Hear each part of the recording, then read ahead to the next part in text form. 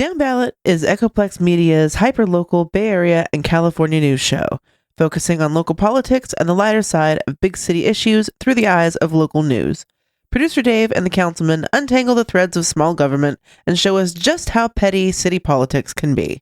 Tune in live at twitch.tv/EchoplexMedia, Tuesday nights at 7:30 p.m. Pacific.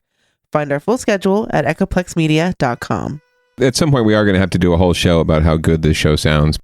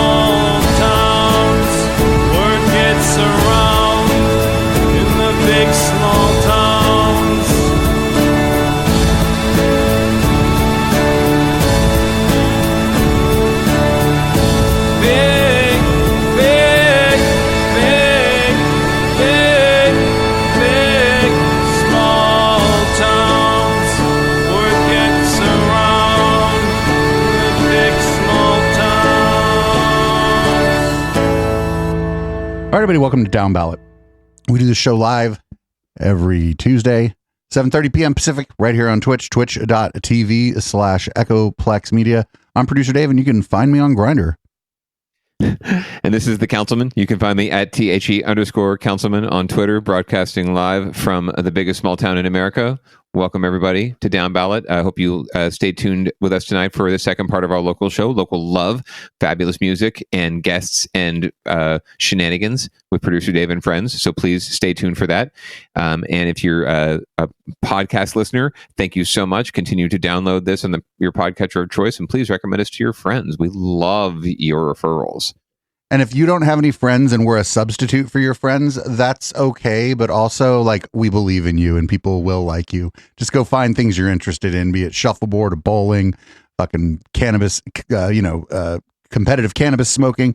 Your people are out there. Yeah. Before we get started today, I spent the afternoon, as I usually do on Tuesday, shitposting on Twitter. No shit. Yeah. That's my Tuesday. I usually don't spend work hours doing that, but Tuesday afternoon I spend it shitposting on Twitter. Any nice shits that you dropped that you want to reference? So a couple announcements actually about the Intellectual Dollar Tree. First of all, a week from tomorrow, HK will be right here in the studio. Holy shit. And there's some things that we'll say call it a half sister podcast to the Intellectual Dollar Tree, half competing podcast. One of their hosts and I have some disagreements about tone and approaches to things and ways we treat people who are charlatans who seem polite. Interesting stuff. And we're going to hash that out probably over the weekend, do a pre-record, and then we'll run it the first hour of the Intellectual Dollar Tree, but we'll start that one an hour early because since HK is going to be here in the studio, and he never is because he lives in San Diego now, I'm not going to we'll run it an hour early, and we'll just go from 7 with the two co-hosts here. That should be a lot of fun. I do like the person I'm going to be talking with. It's not like that, but we certainly have some pretty interesting disagreements about certain characters in they call it the heterodox sphere, and whether or not someone being generally nice is important at all if what they're doing is propping up a bunch of frauds and hucksters. So it should be a really interesting conversation, I think. So you would say you have a professional disagreement with this guest? To the extent, you know what? Actually, the only show that makes any fucking money probably is the Intellectual Dollar Tree. So yeah. Or shall we say a semi-professional disagreement? It's probably just more a matter of personal disposition and there you go. Ways of doing things, but it'll be good. It'll be a good conversation. I like him. I'm not going to say who it is because I'd like it to be a surprise for everybody. Although if people have been watching my Twitter, you probably know who it is. But I look forward to it. Make sure if you do visit Producer Dave's Twitter thing, make sure you check out the tweets and replies because that's really where the real juice is. The stuff he pushes out just for, promotional purposes for this show and others, it's great. I love it. But the real juice is in the replies. So make sure you're checking all those. And also for people interested in Conspiracy Bingo on Friday, we have I'm not even kidding, we have the recording of Austin Bennett's last fucking court hearing. Oh, snap. How recent was this? End of March. Oh, beautiful. It was the one where the fucking judge said that he needs to be evaluated. You probably have someone getting bingo within 10 minutes of that one starting up, or at least 10 minutes of testifying. He didn't get to do a Facebook Live actually in the court. He was shut down, but it was interesting because he did try to do his usual kind of routine, and the judges were like, "We're not here for that. I need you to see this doctor to see if you're competent to be your own attorney or to stand trial at all." And he did not like hearing that. Let me tell you. So he did represent him. He did represent himself in court. He kept calling it pro per. I'm going pro per. I'm going like he's some kind of fucking legal expert. I don't even know if that's what pro per means. I'm representing myself, but that's not what's important. What's important is that it's great. You got to hear a judge tell him that he needed to go in for a fucking a mental health evaluation before he represents himself in the trial. Oh my. So, yeah, we're gonna have a lot of good shit coming up this week. Also, Media Wench is out for Thursday, but I have a great co-host joining me. First time co-host Mark from the Ultraviolet podcast is gonna be hopping on. I've been on his show, and I figured I'd return the favor by making him watch Fire by Night. So beautiful. So Cults and the Satanic Panic are in good hands. Yeah. And so we just got a lot of good stuff coming up the next couple of weeks. So if you only listen to Downballot, you should check out our other stuff. We don't have a guest tonight 100. For Local Love, but Chip did come over last night, and we kind of dialed in the little, well, not little. There's a fucking 22-inch touchscreen now where the laptop used to be for the co-host. So, like, yep, and you can see everything like real clear on it. It's fantastic, and we dialed it in, and he he logged into his Twitch on it and stuff. So he should be even better tonight as a co-host. So there's a lot of cool things going on around here. Nice. And to the extent that I had to spend money on this touch screen, which I barely had to because it's like some weird off-brand that nobody knows what it is. I do want to thank the patrons and the people who subscribe to the Twitch channel, people who throw bits, people who give direct donations. We're getting more and more direct donations lately, which is great because Twitch, the split ain't so good. So for direct donations, folks can go to Patreon? The direct donations, just you scroll down, hit donate. It's streamlabs.com/echoplexmedia. Or just go to echoplexmedia.com/support, and there's a couple ways to give us money. You can do Venmo, Ko-fi, there you go, Streamlabs, PayPal. Most people use Streamlabs though, because it's right there during the show, and they get a little GIF on the screen when they donate. It's a little kitty floating on a piece of weed in outer space. So I mean, if that's not a good reason to give us $3, $5, $7, I don't know what is. That's through Streamlabs if you do that. Very appropriate. And just some real quick Down Ballot news. Last month, for the first time ever, Down Ballot increased its viewership more than 100% month over month. So we have 2 viewers now? Yes. or I'm sorry, podcast stats month over month. Not okay. I don't really track that. It's hard to track individual shows on Twitch because there's 2 shows tonight. But yeah, it doubled. Right. It doubled month. That's over fantastic. month, so that's good. Well, thanks to both listeners for downloading. And but no, to be in all seriousness, thanks to everyone who listens, and please again share with your friends, especially. I mean, obviously we cover a lot of local news out of the Bay Area and the South Bay, in particular, and San Francisco. But if you're, no matter where you are, all derp is local. And if you want to share us your local news stories that you think are fantastic, go into the Discord and Bay Area News and drop them in there, and we will absolutely cover them. We're always looking for good stories. Oh yeah, yeah. If you're outside the Bay Area and you drop a crazy local news story from your area, we'll definitely fit that in at the end. One other thing real quick, because we don't have enough going on here. It looks like historian Matt and I are going to start yet another show. But this one's going to be technology. Going to be talking about probably going to lean a little hard. I'm going to lean a little hard into open source, but Matt has some other things he wants to talk about. We're not sure if we're going to be doing it live or just putting it out as a podcast, but yeah, we're starting to work on that. We're going to have a little meeting about it on Saturday over ye olde Video Ninja, and probably June before it actually goes up, because we want to make sure we have branding and kind of know what direction we're going and stuff. But it should be good. And Matt's a great co-host, really smart guy, and it'll be nice to have a project maybe where he can take the lead on it. So swanky. That's fantastic. Well, more news to come, folks. Shall we get into it? Yeah, let's get into it. What do we got for leading? All right. Leading off tonight, it looks like driverless cars are the new future, and our Google overlords are watching us. But it doesn't look like the PD is quite ready for that in San Francisco, as driverless cars have been unleashed on their city, and they're having some issues with policing them. A future is here, and it has everybody talking tonight. A video showing a self-driving car getting pulled over by police in San Francisco has gone viral on social media. NBC Bay Area Stephanie Magallon spoke with the man who took that video and has the story. It looks like an ordinary traffic stop. The officer gets out to speak with the driver, but then ain't nobody in it.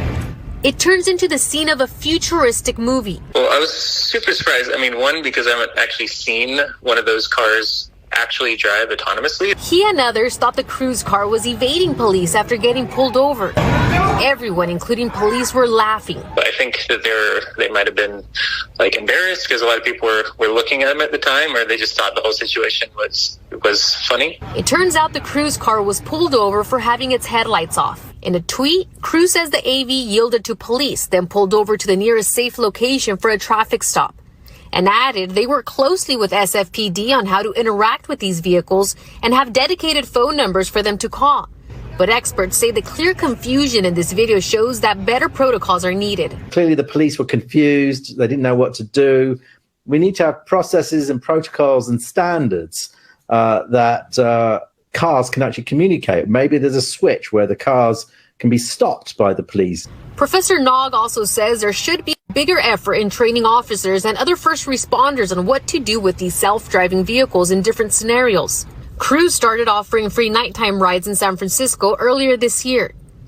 Those who've gotten a ride from them say they're safe. I did not feel like I was being driven around by a computer. It felt like there was a real human. He says they went up the hills, past jaywalkers and Mooney buses. He was really surprised by how well the car maneuvers. The experience was magical. We reached out to San Francisco police for comment, but have not heard back yet. In San Francisco, Stephanie Magallon, NBC Bay Area News. I liked how after the cops sort of started walking away from the car, they were all, fuck you. I did like if you look at it just objectively, it looks like the car's trying to like get away from the cops, right? Like, keep following me. Well, this is the new world order. So it's Cruise, not Google. Sorry, not Waze or whatever their self-driving Waymo or whatever their self-driving car is. Waymo, thank you. Have you taken a cruise before? It sounds magical. I've not been in a self-driving car. I've been in a car that supposedly is self-driving, but the person driving it was driving it. Okay, so the override was selected. How do you suppose? I mean, to me, it's like the idea behind these cars is that they're on autopilot because they should be obeying all traffic laws and regulations, right? And they should be able to. I mean, if their headlights are off, they should be on. Like they should be on some sort of sensor, right? Like it would seem like these cars wouldn't break the law, right? That's kind of the idea, or maybe not. I don't know. If I was the cop, I'd have just reached in and turned on the fucking headlights and like tapped the thing on the back, said, "Get out of here, get on your way," right? Like it's like you would with anyone else, right? Like a cop. I mean, unless you're black, of course, a cop will usually just pull up and say, "Hey, turn your lights on," right? If you're black, of course, they get out of the car and shoot you. But that's the way it is. All right, well. Yeah, when I used to drive, I had a funny experience where a cop pulled up next to me and he's like, "Hey," and I'm like, "Oh shit, my exhaust." And he's like, "No, actually, your car sounds great." He's like, "Turn on your headlights." Right. And then he like stomped on the gas at the fucking when the light turned green, like he wanted me to race him, and I'm like, that's entrapment. Fuck you. Yeah, gotta love that, right? They're all ready to make it a drag race, but don't try to do that to them. No. Do as I say, not as I do, I guess. Yeah, you know what? There's a lot of like every person I know who has like a fairly late model car, even if it's not driverless, the headlights just turn on when it gets dark. Yeah, I mean, a lot of cars nowadays, you can't turn the fucking headlights off. Like you just turn the car on, and they're just on, right? So you have no option. I rented a car recently on a vacation, and I'm like, my car's a little older, right? It's like 10, I think I've had it 10 years now. But at the time it was top of the line, as far as interface, right? Driver interface. I can't figure out with this new car what to do. Like it's all on a computer screen, and you have to cycle through a bunch of pages to get on the touch screen to find, figure out how to aim the ventilation system so it doesn't blow you in the face. Anyway, long story short, I'm a noob. But we'll figure it out soon enough. And if I have but I don't know if I'm really going to be able to give up the control that easily to the driverless cars. I might have a little issue driving around in one, but we'll see. I used to be a sort of taxi driver anyway, so it's kind of a control thing. I think most people's first experience with driverless cars is going to be getting in one that's going to be like an Uber or a cab or something like that. And so I think people will be like, if people are even going to have their own driverless cars, which once you get rid of the driver, I see less and less point in actual ownership of the car. Unless you live like outside of a city, there'd be no like, why would you own the thing? Why wouldn't you just rent time? Where you just have your schedule and the car comes and picks you up at the normal schedule, takes you to work, fucking picks you up. Or I'm off work a little early, and then you wait a few minutes or whatever. But I think people will be eased into it through things like, rideshare services. So if people do end up buying their own car, they'll be familiar with self-driving cars, how they operate, and kind of like what they do. No, 100%. And there's a tie in here to public policy too. Just what you just spoke about in terms of people using rideshare and why own a car, right? And there's so many, no matter what study or survey you look at, so many quote unquote young people are the Gen Zers, right? The Gen nether regions or whatever's, they're all saying that, yeah, why own a car, right? And they're going to be using this service. And so we're using land use, right, to say, well, we don't need as much parking in this building. We can build more housing in this parking, right? Or in this building. We can build more opportunities for people to live and to work in this building as opposed to space for cars, right? So I think it's a good thing from my perspective. And if we can figure out how to deal with this new technology and make sure it's accountable and does all the right things and doesn't and keeps everyone safe, then I'm all for it. And the smartest, funniest co-host of the show, The Chat, is saying, well, this is all well and good unless it's at the expense of better public transit infrastructure.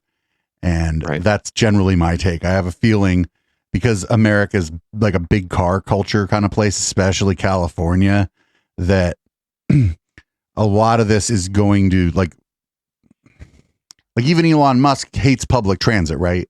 He is on the record saying that it's gross or some shit. And it's like, you've been on light rail, dude. You fucking eat off the floor in the light rail. Shut the fuck up.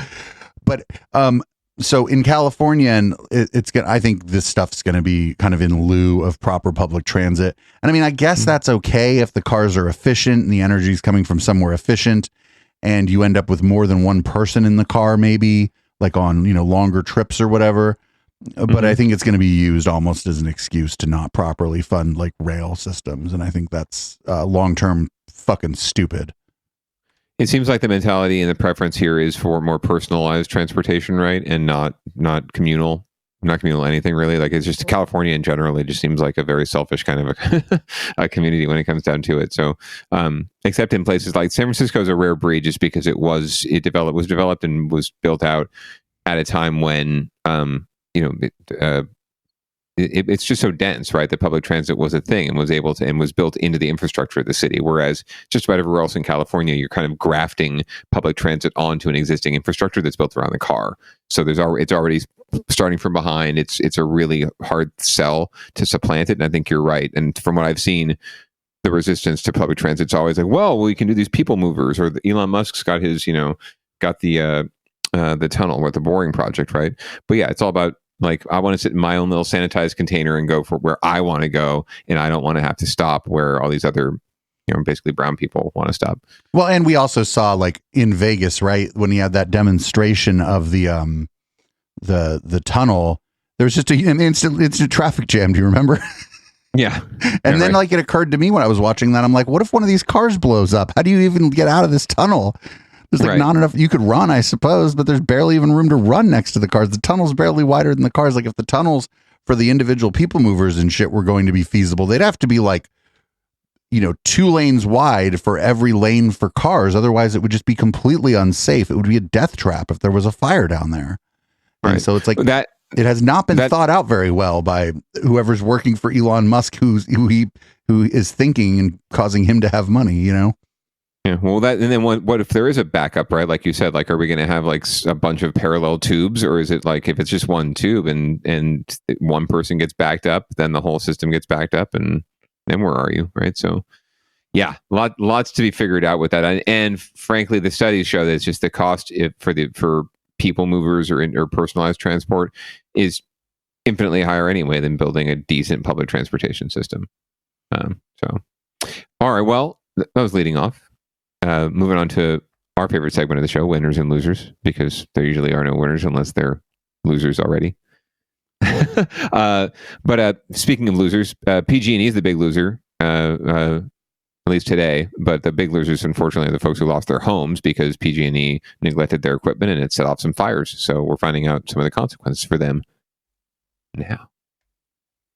Announced today with PG&E and counties affected by 2 of California's major wildfires. PG&E has agreed to a $55 million settlement for both the 2019 Kincaid fire in Sonoma and the 2021 Dixie fire in Plumas, Lassen, Tehama, Shasta, and Butte counties. ABC 7 News reporter Leslie Brinkley has details into the settlement. These people spent a year bringing PG&E to justice. And I believe that's what we did here. The Sonoma County District Attorney made the big announcement that they had reached a settlement with PG&E to resolve pending criminal charges in the 2019 Kincaid fire, a wildfire that began under a PG&E transmission line in October 2019. The fire burned for 15 days, destroying 77,000 acres and hundreds of homes and structures. 6 firefighters were seriously injured. The Sonoma County DA said the most significant element of the settlement is PG&E agreeing to 5 years of oversight with an independent monitor. And there's the payout. It is significant. It's $55 million. About $42 million of that is going to be going into these communities. That includes millions to expand the Santa Rosa Junior College Fire Technology Program and requiring PG&E to hire at least 80 new wildfire safety employees. They're going to be working on vegetation management and then also system inspections. They're going to bring local expertise here to the critical fire safety work that we're doing. Some criticize the settlement for not going further. I look at it as doing the best that we could under the circumstances. You know, I mean, I'm just a prosecutor in Sonoma County. I mean, if I had a magic wand and I could wave it, maybe PG&E wouldn't exist anymore, right? But Governor Newsom has decided that PG&E is going to continue. The DA said they need more tools from Sacramento to better deal with potential criminality in giant corporations. The DA also said that PG&E still faces huge civil claims from the Kincaid fire that can now move forward. In Sonoma County, I'm Leslie Brinkley, ABC 7 News. So, unfortunately, PG&E, sure, they're going to pay this, but they're going to use my PG&E bill to pay it. So they're just going to raise the fucking PG&E bill, man. And $55 million is like a fucking drop in the bucket compared to the amount of money that was lost collectively by the communities and the people who lost their homes and the people who lost everything, right? And none of those dollars, it sounds like, are going directly to those people. I don't know that any of them have like their own individual lawsuits and insurance claims with and how much they've been made whole, right? But you could pay them the whole cost of their house, right? And they still have, like, they've lost their house. Like, they have to rebuild their house. They've lost all their possessions, all of their memories in these fires. And $55 million to pay for a fire safety program at the local junior college, like, woohoo, right? I completely agree. This is BS, and the district attorney is dead right? If she had any more power, if she was able to exert more power over this investor-owned utility, publicly owned utility, by the way, basically publicly investor-owned utility, hybrid public-private business. If she had more authority, if she had more power and clout politically, she could get more out of them, but she doesn't. And if the governor is going to back these fuckers, and if the legislature is not going to crack down on them, then they're just going to keep doing what they're doing. Why wouldn't you, right? If you were a big business. So, yeah, it's a sham, and they should be paying through the nose for this, but they won't. Well, and this is like one of the few places where I'm going to say that, like, the people in the city have it pretty good, and the people outside of the city get the shaft, because you can't burn down the concrete jungle very easily. If this happened, like in San Jose, like if a whole swath of even the east side, frankly, went up in smoke. And thousands of people lost their homes. You would see some serious fucking movement. You're absolutely right. But and it's unfortunate. It just means people, depending where you live, again, location. It can mean life and death. It could mean thousands of dollars. It could mean, everything, livelihood. I mean, there were like we actually watched very little of it. It was like when we first started doing video, probably in 2019.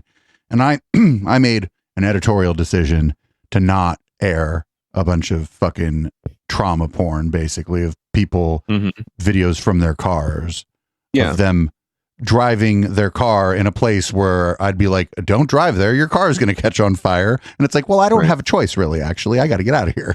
And so I go this way or into the fire. Yeah, you got to go into the fire to get out of the fire. And so, I mean, we made a decision. I made a decision not to run a bunch of that, but like, just think of like what that was like. Like, okay, for an adult, bad enough, but what about for a kid or a pet or a pet who has no idea what the fuck's going on, doesn't like the car in the first place now. And so like, this doesn't even begin to touch like not just like individual trauma, but like community trauma and like, yeah, community trauma that these people are going to feel. There's a woman I know, she's a good friend of a mother of a good friend of mine. And whenever she hears the wind start to howl, she starts to get fucking nervous. And she's not nervous that like her, window's going to break or a tree's going to fall. She's nervous that her fucking city's going to burn down. And so that's like a different kind of nervous. And so like people are going to be living with like the results of, having lived through fires before. And it's not like the people who live through these fires are in a position to just, well, I'm going to go move to San Francisco or San Jose or even Sacramento where the fire danger is lower, because that financial hurdle is pretty big to get out, to get out of the countryside or whatever. So, it's no way it works in reverse, but not that way. Yeah. And it's that's harder to quantify, right? Like you can't really quantify like what is that worth, but that's not nothing. And it seems like that gets left out of a lot of this, Reading burned down a couple times, and there's, it's kind of, we shit on Reading, but like, well, not Reading the city. Again, the city was generally fine because it was, it's concrete, but the areas around it have caught on fire, and those people are fucking traumatized from that shit. And I just wonder how much that like kind of plays into the civil unrest that's going on up there. Kind of if that shit's in the background, like how does that play into the civil unrest going on up there? Folks in rural areas across California and anywhere really, but especially in California where you have such a dichotomy between the urban areas and the rural areas, and the concrete jungle and the pastoral regions, there's such a stark contrast, and there is a stark contrast of resources and attention and and engagement. And the folks in the rural communities suffer from that in a lot of ways. They get, if in the nice time when nothing's going on, they do get their privacy and their space, right? And they get lower cost of living, but they also just get less services and less attention. And when shit hits the fan, they're going to get neglected. Whereas if shit hits the fan, in San Francisco, heads roll. So I think you're right. I mean, so if something bad like that happens in San Francisco, the body count might be higher, but you also have people living closer together and they could engage in more like mutual aid on foot, basically. They can engage in mutual aid. Oh, my place didn't burn down. I have a bunch of food. Let's go help some people. Well, if you live a block away from the block that burned down, that's easy enough to do. But if it's 15 miles away because you're out in the middle of nowhere, then it makes mutual aid and community aid a lot harder. Makes it harder for even people from outside of the area who want to help. It makes it harder for them. And it's just more difficult when, shit happens there. 100%.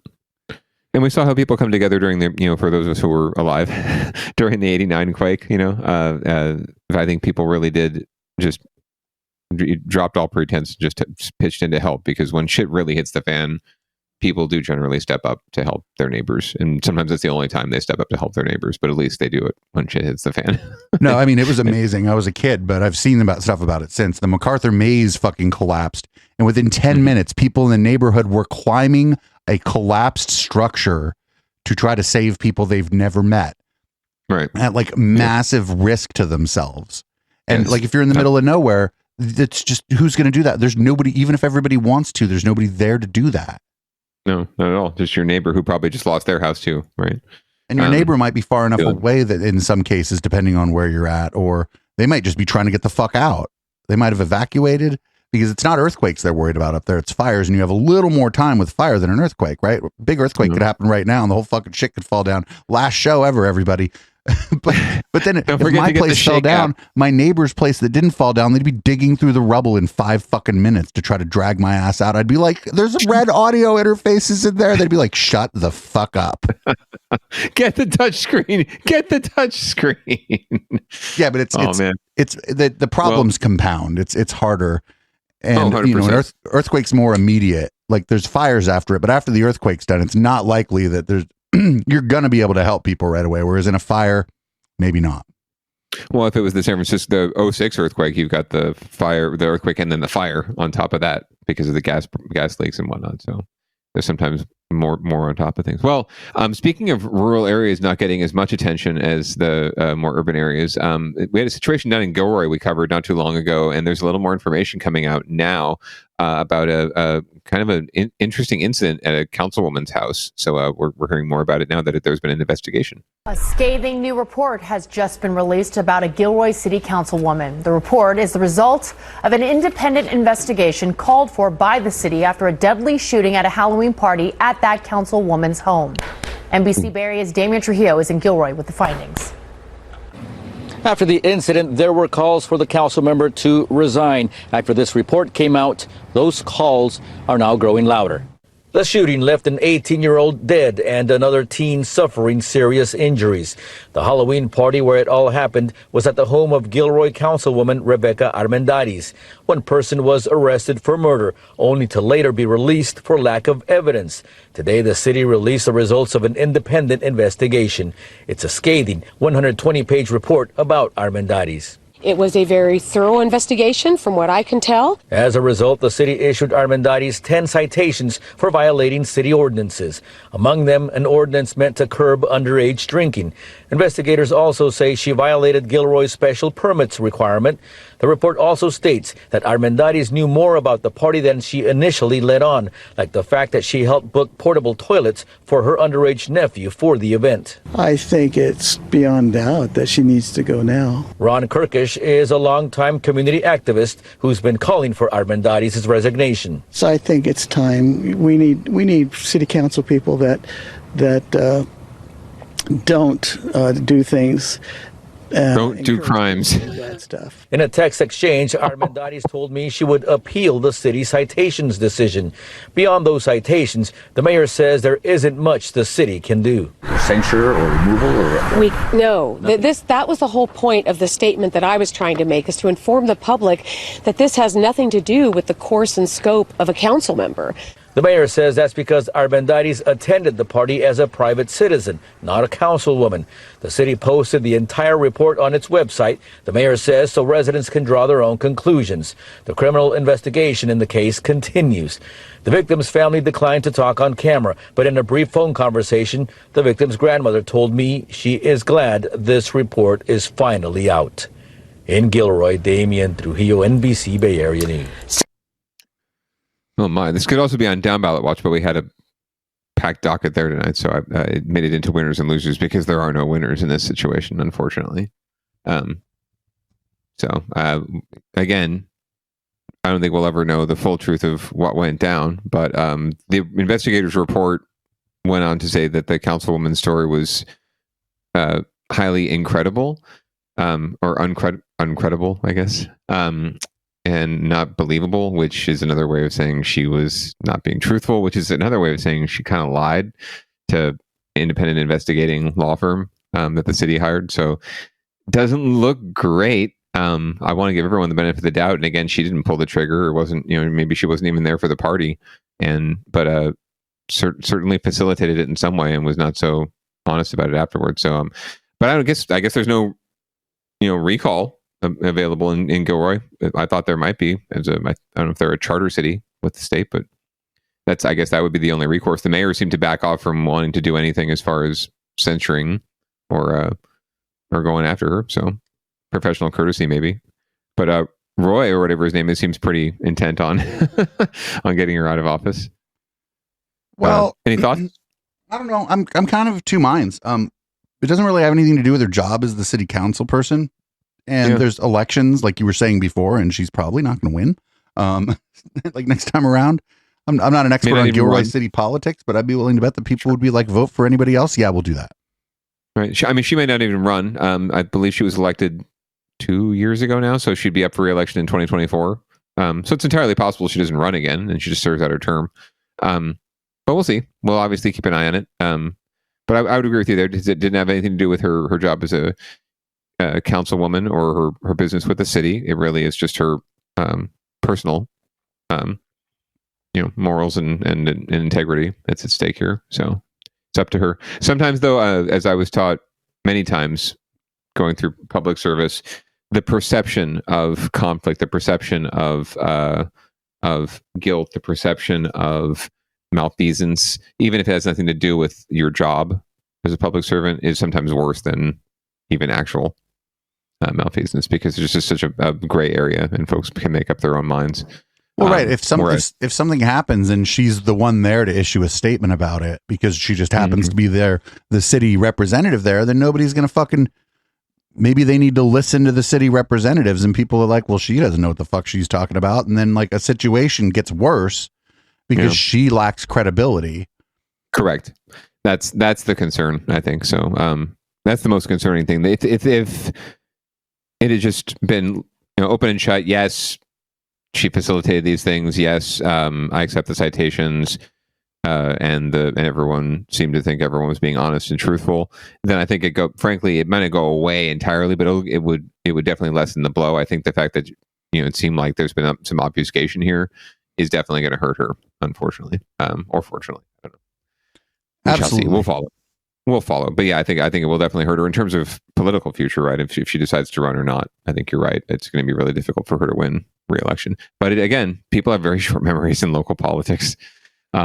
So we'll talk more about that later on when we do our ballot box bingo for the June primary. There's some interesting historical stuff going on in our local election. We're already ready for ballot box bingo again. God damn it. We'll actually make a bingo card for it though, I think this time. Oh, that'd be fabulous. Yeah. We can that'd be great. Come up with our own bingo card. All right. Well, moving on down the docket, we seem to be bashing on Millennium Tower a lot, so we'll take a week off and we'll bash another public works project in San Francisco. The massive San Francisco Central Subway project is in serious danger of opening later than planned, perhaps much later. NBC Bay Area investigative reporter Jackson Vanderbecken learned groundwater has been leaking through the concrete walls of several underground stations, which may be the result of a flaw in the design. The long-troubled Central Subway through Chinatown now has a $1.9 billion price tag and is finally close to being done after years of cost overruns, delays, and other headaches. But there's one final hitch: leaks. Here at the Yerba Buena station, we obtained this Muni photo showing standing water in an electrical room. Oh fucking fantastic. An issue. At the Union Square station is where this white residue is the telltale mark of repeated leaks that Muni officials say they've now fixed. But at the Rose Pack station in Chinatown, Muni is still working to plug leaks in the ceiling, hoping to be done soon. Wow, that's a lot of leaks. I like him. More than I have seen before. Wait, one more time. Leaks in the ceiling, hoping to be done soon. Wow, that's a lot of leaks. That's right. You get them. It was many leaks, more than I have seen before. Local engineer Jerry Cawthon spent 5 decades working on major underground transit projects, including BART and Muni.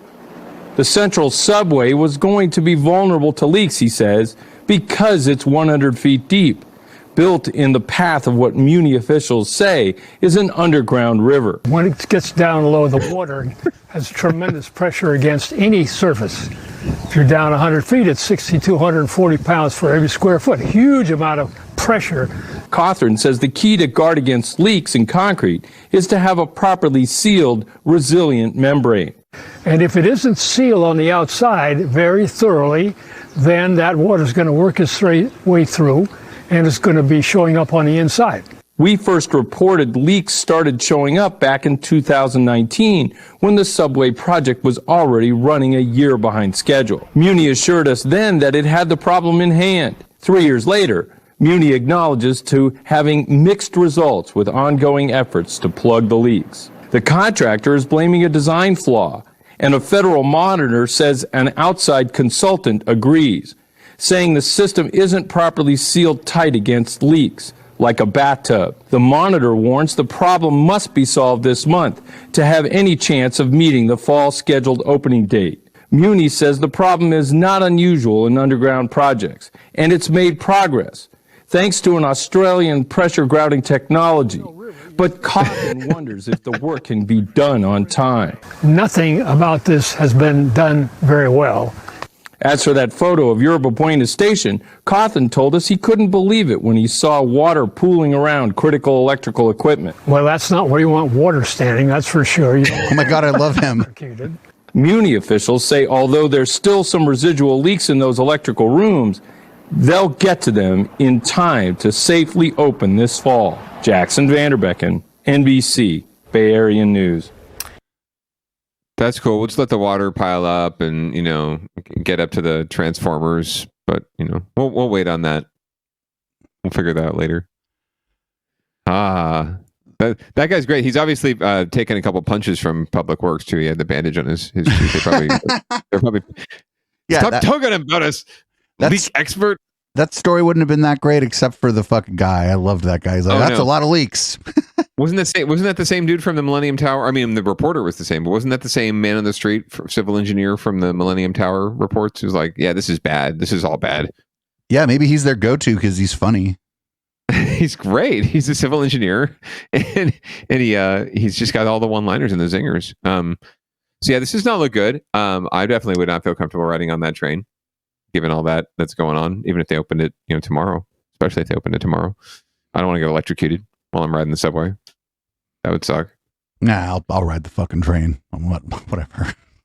Well, this is a long time coming. This has been a long time coming for this project. Actually, is like decades. And not that it's been under construction for decades, just that they've been proposing it and trying to get community support and money and political will. But it's really just a shortcut for Muni through downtown. So we'll see.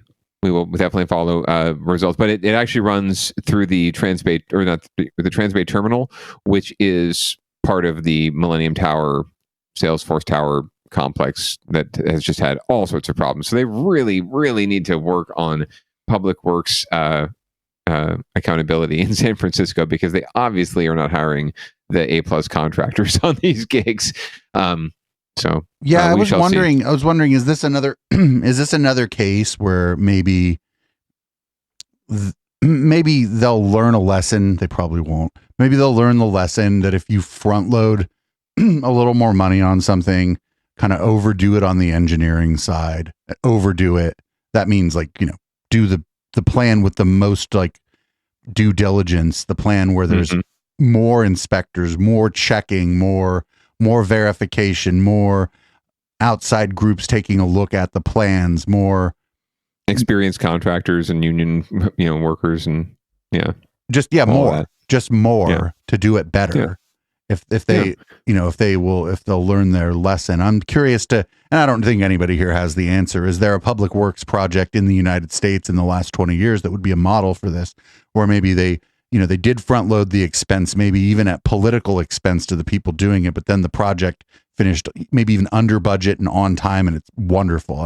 I don't know. I don't think anybody's going to have that information off the top of their head, but if there was an example like that to point to, it would be really good to have, Yeah, no, I don't know that there is one, frankly, but if there are out there, if anyone knows of one, please do. Like the big dig in Boston comes to mind, where they were digging like a huge hole, tunnel to put a freeway under downtown.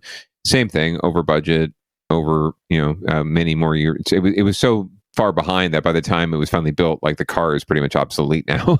But they have it. They have the big tunnel now. So yeah, no, it's a pretty standard thing in public works projects, where they don't ask for the money that they need up front, or they're just not, because they don't have the will to ask for that much, or because they just don't do the fucking math and figure it out that you're right, the investment needs to come up front, so you do it right the first time.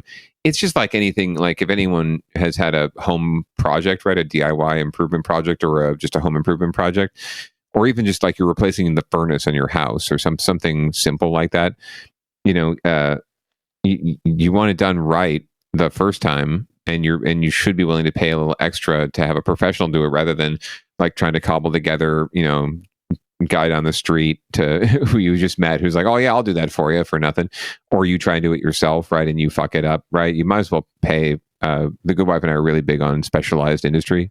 Pay the professional up front to do it right, rather than wasting your time and your money doing it wrong and then having to redo it. Yeah, my folks had to have the stucco redone on their house. I can't even imagine like how much that cost. But they did not go with the cheapest.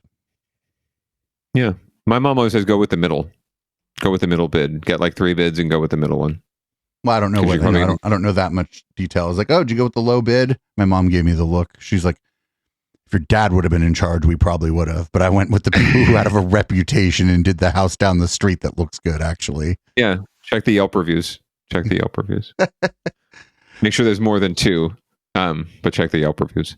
So, and it also just sounds to me like San Francisco really needs a win. And wouldn't it be a great win for the city of San Francisco if this fucking documentary we've been watching wins like a goddamn Pulitzer Prize? I think it's going to, and this is the episode that's going to do it. I'm pretty sure. Here's episode 5 of Saving San Francisco. Why should I live in fear? The answer is you fucking shouldn't. And if you're afraid, leave. The only thing you have to be afraid of is a wildfire.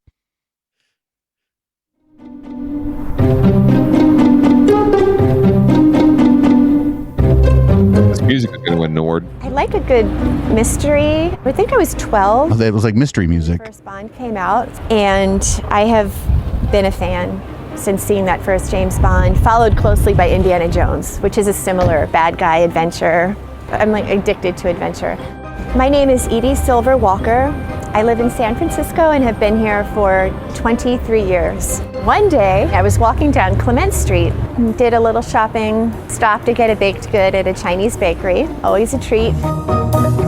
While I was there, I pulled out my phone and saw a crime and safety alert from the app Nextdoor. It was a very vivid... The crime and safety alert was like suspicious person. Piercing black person, blue eyes, kind of troubled blue eyes. A federal warrant was issued today for his arrest. He is homeless and often wears layers of clothing, including skirts, dresses, and jeans and hats. Oh. So that was that. I proceeded down a block and a half, kind of strolling, looking, and I looked in a doorway on my right and basically locked eyes with those eyes. And it was just the look in the eyes, the expression. It wasn't just the eyes, it was the expression surrounding the eyes, kind of intense eyes. And so we connected. And I kept it cool, I think. But in my head, I'm like, I just saw him. Mind your business. After I passed him, I did the old, forgot something kind of maneuver, walked by again, so he was on my left, and just kind of looked in and confirmed it was him, and then discreetly ducked into a doorway at a restaurant and called the SFPD, and they went over and identified him. Rude. And came back and told me he was apprehended. Police Chief William Scott commended me and thanked me. I helped them ID a very wanted fugitive. Who did that man end up being? His name is James Durgan. Durgan. Ah, there you go.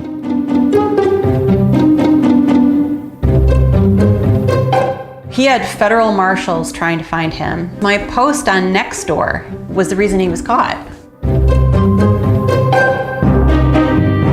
That was about 3 years ago. And since then, we know James Durgan has been arrested and released several more times. But even when he's in jail, Anne Ray feels like she can't escape him. She says it's like she's always forced to think about him, worry about him, wonder when he might be back. I just wanted to say something. When I tell people how many restraining orders he has and what he's done, it's hard to believe. Over the past 2 decades, there have been at least 16 restraining orders, including Anne's. It just actually makes a difference. That's why you want to do it. And her wait, what are they doing? So they had her she bought a USB mic and put it on a stand, and then for the thing, they couldn't even catch the audio from her microphone. They just used what? I think they're showing her doing her business, her business. I think she has some online business here. I don't know. I haven't watched yet, but I think that's what's gonna. There's still a recording. There's still a recording. There's still a recording of her mic somewhere. Yes. Oh, absolutely. She's probably feeding that directly into her business Zoom or whatever, and this is just like a B-roll. Anne teaches online classes for artists, showing them how to sell their work. The fact is, you have made progress here. So she spends most of her days home alone and scared. Staring out her window with binoculars. A dozen of James Durgan's criminal hearings, and she often gives a statement to the judge. We haven't been allowed to record audio in court, so Anne reread one of her messages for us. If you release him yet again, the park police and I know that he will immediately return to stalking me. Please break this cycle once and for all. Please. Anne is convinced her pleas to the judge and district attorney will never be enough to keep James Durgan locked up. He's repeatedly been set free on the condition he complete drug rehab. But time after time, James has removed his ankle monitor and walked out. And even when he's eventually caught and rearrested, the court releases him all over again in hopes he'll eventually follow through with the treatment. It's scary, it's alarming, and the thing is, what is really scary is that people just don't even know how bad it is. It's like their crimes just evaporate, like it didn't happen, like they pose no risk, and it makes no sense. The DA and the judge make no sense. District Attorney Chesa Boudin ran on a platform of ending mass incarceration.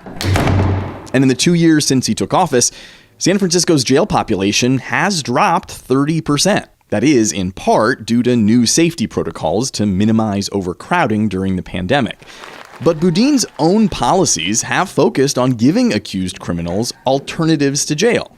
In fact, defendants in 30% of criminal cases have been able to avoid charges by completing what are known as diversionary programs, which can include job training and drug treatment.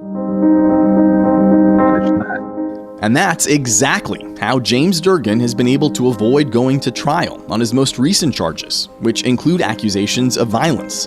Each time he's been released from jail, James has ditched rehab, only to wind up back on the streets and ultimately behind bars. There's no limit on how many times a person can mess up when it comes to diversion programs. It's all up to the judge. Chesa Boudin. The DA says enrollment in diversion can lessen the chances of someone reoffending. But his progressive policies have made him a polarizing figure in San Francisco. Boudin's opponents have collected enough signatures to force him into a recall election this June, accusing him of being too soft on crime. That's put him at odds with the police chief and the mayor. Do you have faith the district attorney is doing everything he can to keep the city safe? I think you're going to have to ask him that. But I'm asking you, do you no. have faith in what he's doing? I am not necessarily on the same page with a number of things that he's doing. That doesn't sound like an endorsement of his office. Well, we are trying to work together, but there's... Oh, I didn't endorse him. His critics feel like he's been too lenient on criminals. Do you have similar concerns about his office? I think that there's been too much focus on the perpetrators of some of the violent crimes, and we need to start concentrating more on supporting the victims of this city than we are supporting, in some cases, sadly, the criminals. So if the city's top leaders can't seem to agree on how to fight crime, where does that leave James Durgan and his victim, Anne Ray? We took that question to the DA himself. You have a victim in this case who fears for her life and thinks your office isn't doing enough. There is no doubt that in some cases, regardless of who the suspect is, regardless of who the person who caused the harm or used the violence is, that the tools at our disposal as prosecutors, for judges, for police, for sheriffs, in many instances those tools are inadequate to fully address the societal harm, to help people heal, or to prevent future crime. The DA says a lack of treatment options and housing are partly to blame. But local prosecutors aren't the only ones who can charge James Durgan. Some of his alleged crimes were committed in the Presidio, which is federal land. That means the Department of Justice also has jurisdiction over what happens here. The U.S. Attorney's Office has been completely useless. They've known about Durgan for years, and they have chosen to not do a damn thing. Despite months of our repeated requests, the U.S. Attorney's Office wouldn't comment. Federal prosecutors have charged James Durgan before with burglary and violating Anne's restraining order. But after James served his time, he came back to the Presidio, right to Anne's front door. There's a few minutes left of this, but we've got the idea. Yes. This isn't a documentary about saving San Francisco. This is this is about one person. Yes, it's about this one, and apparently about this one lady's vendetta with this person, or at least her restraining order against him. I don't understand how this is some sort of indictment of this. I mean, SF has its problems, right? We've covered that pretty regularly. no doubt at all, but no more than any other big city or any other city, period. So I don't see why this is anything more than just another attempt to win a Pulitzer Prize. But hey, maybe if they do, then maybe they'll make even better stories. So, but I think also going on here is that for any of this to go through, the judge has to agree to it. So it's not just the prosecutors, it's not just the public defender's office. The courts also have to be willing to tango. Yeah, and as Chesa said, or the DA said, the tools are woefully inadequate for dealing with folks who have actual mental health issues or who have drug treatment issues or addiction issues and need that help, right? Even if they wanted to take it, right, and they were willing to take it, there aren't enough programs out there, and there's not enough beds, and there's not enough opportunity because we don't fund that. We just fund the jails and fund a place to put them and incarcerate them and put them out of sight and out of mind. We don't actually spend the money to treat them and hopefully give them a better opportunity for a life, right? And then what do we do on this one? And on this one, I'm not like some bleeding heart. Like, I don't think the person that they're doing this about should be mingling with the public, at least not until like serious work gets done. Not just like a long prison sentence and then let him out. No, that's bad. He'll be worse. But I think this is a person who, unless I'm missing a huge piece of this pie, right? This person does need to be removed from the community. It's just that, like, when we remove this person from the community, we're just going to throw him into a violent criminal factory. And into one of those little terrariums you saw, like the prison, right? With the folks, just pacing back and forth in a tiny room, in a tiny cell, like staring at those walls. That's got to be really great for someone's psychiatric state, right? And psychological state. So again, it's just traumatizing them again. It's just like being on the street, frankly, to me, just like we talk about how these experiences, they can create mental illnesses. They can trigger, mental breakdowns, and they can cause more problems just by the trauma of being on the street or being in this environment. So. And people with mental health issues, once they are incarcerated, are more likely to be assaulted by other prisoners and by the guards. And so it's not like, it's just not treatment. Even like some of the treatment programs aren't so great. The inpatient treatment programs, a lot of fucking shit going on there too. Let me tell you. 100%. We could do a whole episode about that, frankly. So speaking of episodes, there's one more episode of this before their quote unquote. The next one is their season finale. I don't know what season finale means. I guess there's going to be a second season of Saving San Francisco, and they'll explore even more about this one person.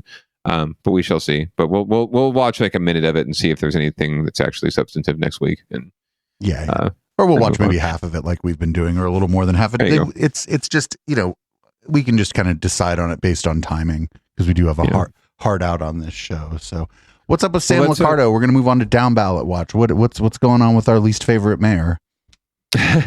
Well, crimes are on the rise apparently. To be honest, homicides on the decline in San Jose. Not that we have had a huge homicide problem in San Jose, but a lot of folks are making a lot of hay out of the spikes in certain violent crimes during the pandemic, especially domestic violence and things like that, and things of that nature. And the mayor is constantly looking for ways to get himself in the news and to look tough on crimes and to look like a potential, congressional or statewide candidate, and give himself a national profile. So he decided to hold a press conference to talk about how he's going to fight crimes. And it's mostly has to do with more cops. San Jose Mayor Sam Liccardo is rolling out his new proposal to crack down on crime. The primary goal is a familiar theme of the mayor recently, focusing on stopping what he calls the revolving door at the jail for violent felons, with a big focus on extreme repeat offenders. Liccardo noted a police report that identified 30 people who had been arrested at least 10 times, but immediately released because of a pandemic no-bail schedule designed to keep the jail from being overcrowded during the COVID outbreak. The bail schedule, as I know, it will expire on May 31st. I think that's an opportunity for us at least to present data to the judges so they understand what exactly we're seeing out on the street in the communities And I hope that they will consider some of that data. Legal analyst and former prosecutor Stephen Clark points out the courts are supposed to be independent of law enforcement. But what Mayor Liccardo is saying is there's certain people that should not be released because of a public safety concern.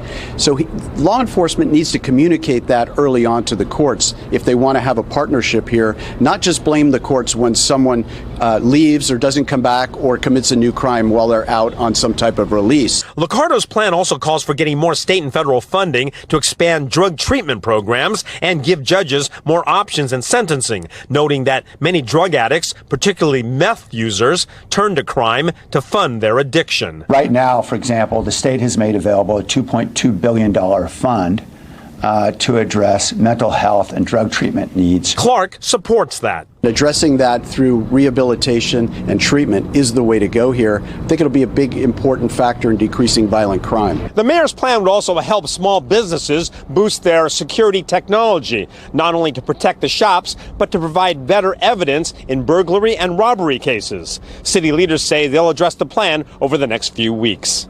In San Jose, Robert Honda, NBC Bay Area News. That was kind of an interesting juxtaposition there. After, like, they were like, "Oh, this is going to be, we're going to do different kind of programs," and then we just heard the fucking San Francisco one complaining about the different kind of programs for people. Like, that was an interesting juxtaposition for sure. Very much so. And we also, this is all playing out amidst a DA's race here in Santa Clara County, where you have a public defender, Sajid Khan, challenging the incumbent Jeff Rosen, who's a friend of Liccardo's, and has been very, very active on this front and trying to appear tough on crimes, right? But also really taking the tack of more almost mandating, folks with these mental illnesses, folks who are experiencing recidivism, right? Almost mandating that they be put away permanently in a way, and given more tools to go to law enforcement to put them away and keep them away, right? So they don't commit more crimes when they don't realize that the system is what's really causing them to continue to cause crimes. Like you said, you're putting them in this mixing bowl of criminals and crime peoples. And so obviously they're just going to talk about committing crimes and doing more crimes, and you don't really give them a lot of opportunity once they get out anyway. So it's all well and good to talk about it, and it's all well and good to have a 5-point plan.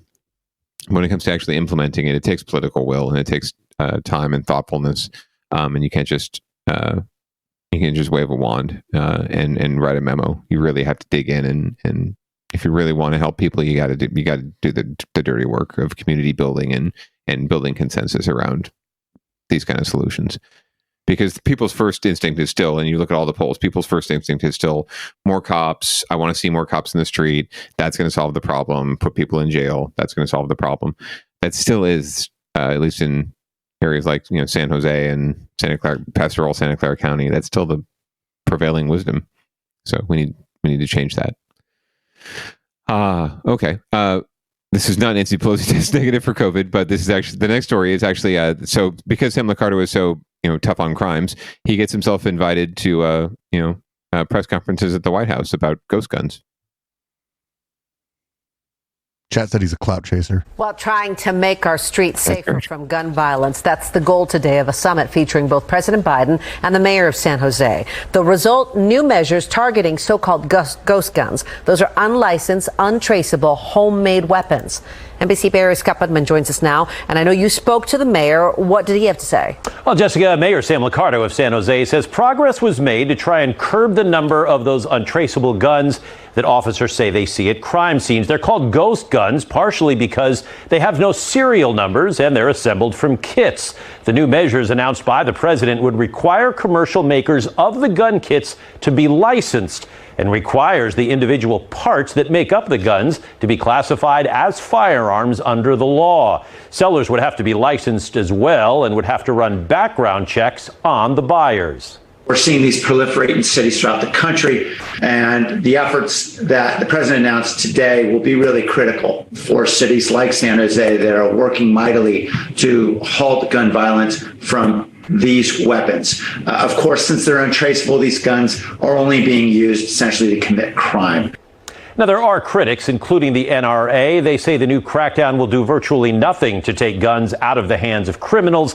Mayor Liccardo says as recently as 2017, San Jose police officers seized 5 ghost guns a year. Last year, that number went up to 287. And that's about a quarter of all the guns they seized last year. Nationally, more than 20,000 ghost guns were seized last year. 65% of those found in California. Jessica? Okay, thank you very much, Scott. Now, Well, there you go. The beginning of Sam Liccardo's congressional campaign.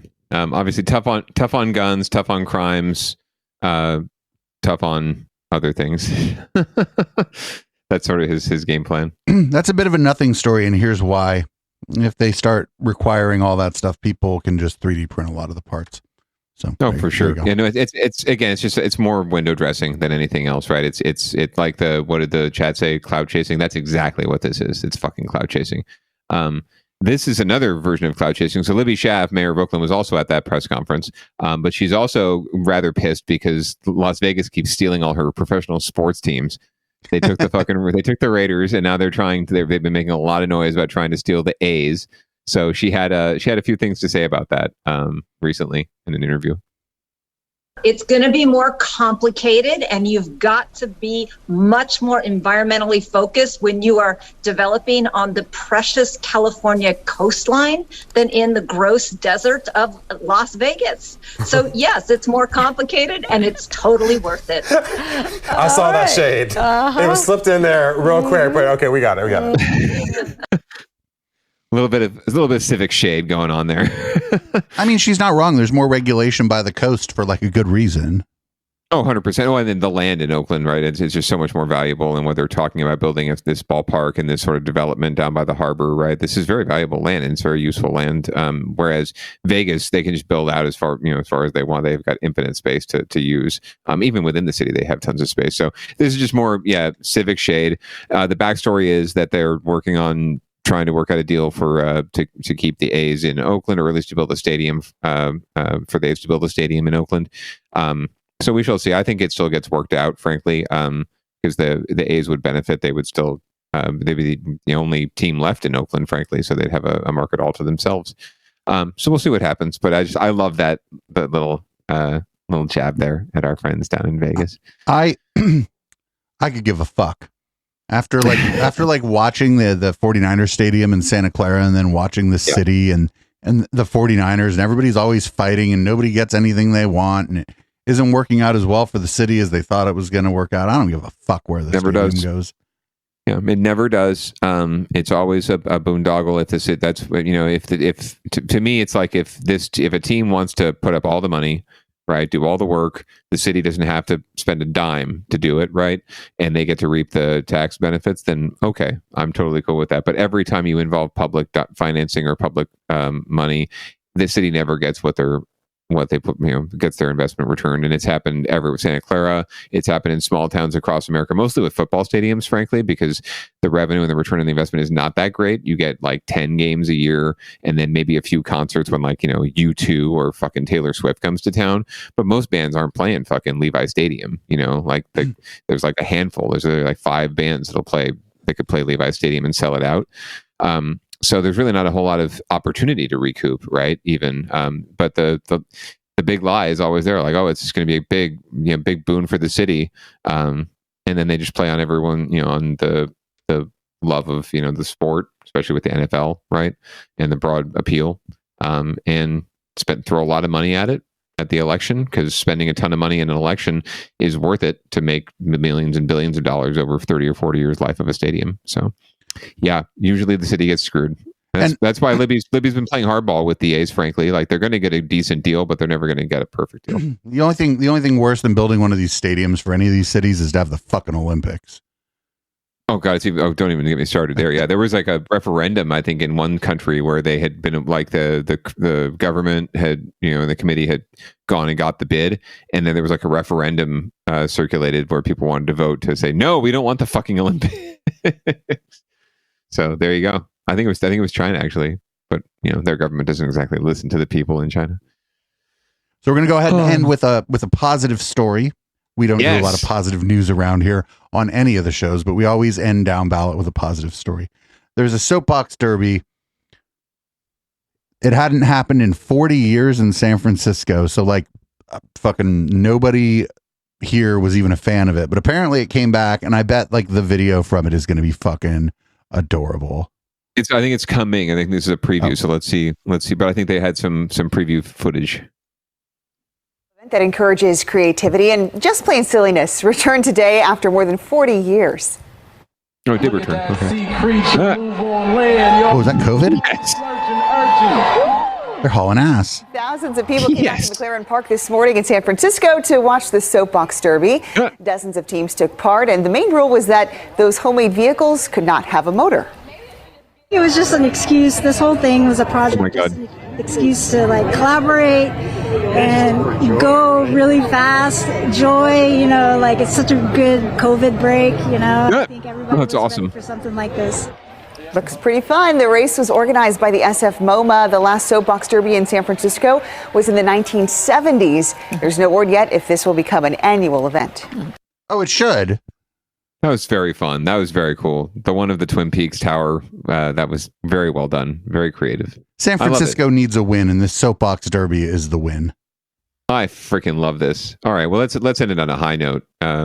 Who's reading us out into local love tonight?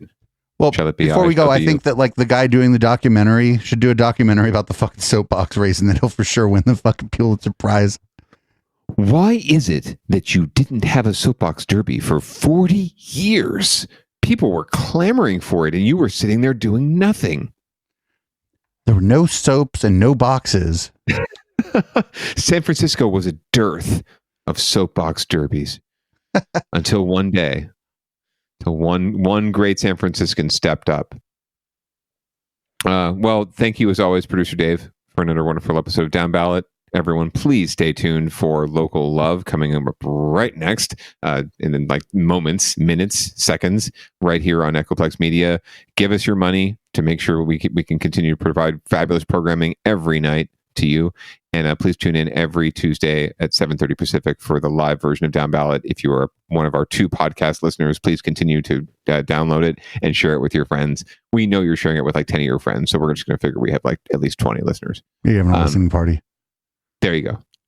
And thank you as always for tuning in. Make sure you get vaxxed, wear your mask if you want to, and pants are completely optional.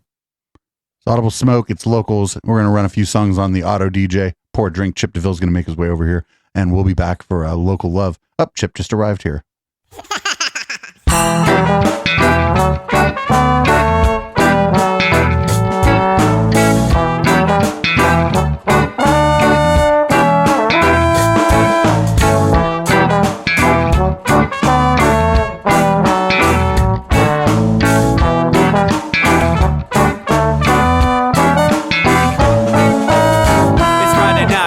Time to get the party started. Pick up my phone just to check and see who's calling. Dress up real nice for the ladies at the bar, and I'm driving in my car just to get to where they are. Here at the local scene is where I plant my feet. It's where I smoke my cigarette and I hold my drink. I look at all my friends, they're all blazing greens. Here at the front of the stage waiting for MTV. Where are those guys who's standing next to me with a pipe in his hand ready to blaze for me? About 5 minutes later we're all singing Queen. Now get the fuck up on stage and rock the scene, yeah. We do what we want, and what we want is to jam. So sit back and enjoy the band. We do what we want, and what we want is to jam. So sit back and enjoy the band. Enjoy that band. I turn and head back to the bar for a refill, man, because you know where we are. We're headed out to the car to smoke another one and another one. Now just when the magic starts kicking in, I hear relapse playing, you know it's time to head in. Alright everybody, now it's time to grab a new drink. Spark it if you got it and then pass it to me, yeah. We do what we want, and what we want is to jam. So sit back and enjoy the band. We do what we want to do, and what we want is to jam. So sit back and enjoy the band. Enjoy that band. Last up on the bill for the the show tonight is down and dirty and 5, so we're headed outside to spark up another joint. Now who's got my lighter? Stoner E, of course, shouldn't you be inside? I'm all up in this bitch, being who I gotta be. I'm fucked up like the U.S. economy. The truth is that I don't think logically. Stoner E take you on a psychedelic odyssey. Now inside motherfuckers is rocking me, and outside shit we smoke a lot of broccoli. Rocky the roller, yo, that sexy girl be jocking me. Ain't too drunk to fuck, but I'll probably do it sloppily. We do what we want, what we wanna do, and what we want is to jam. So sit back and enjoy the band, enjoy the band, enjoy the band. We do what we want, what we wanna do, and what we want is to jam. So sit back and enjoy the band. Molly say that he like jamming, and he hope he like jamming too. Well, I gotta say, thank you, Bob, we do. Yes, I gotta say, thank you, Bob, we do. Well, Bob Marley said that he like jamming, and he hope he like jamming too. Well, I gotta say, thank you, Bob, we do. Yes, I gotta say, thank you, Bob, we do. Yeah, we do what we want, and what we want is to jam. So sit back and enjoy the band. We do what we want, and what we wanna do, what we want is to jam. So sit back and enjoy the band. Enjoy that band. We do what we want, what we wanna do, what we want is to jam. So sit back and enjoy the band. Enjoy that band. We do what we want, and what we want is to jam. So sit back and enjoy the band. Yeah, yeah, yeah. Just what we want and enjoy the band. So sit back, just sit back and enjoy the band. We just what we want and enjoy what we want is to jam. So sit back and enjoy the band. Just what we want and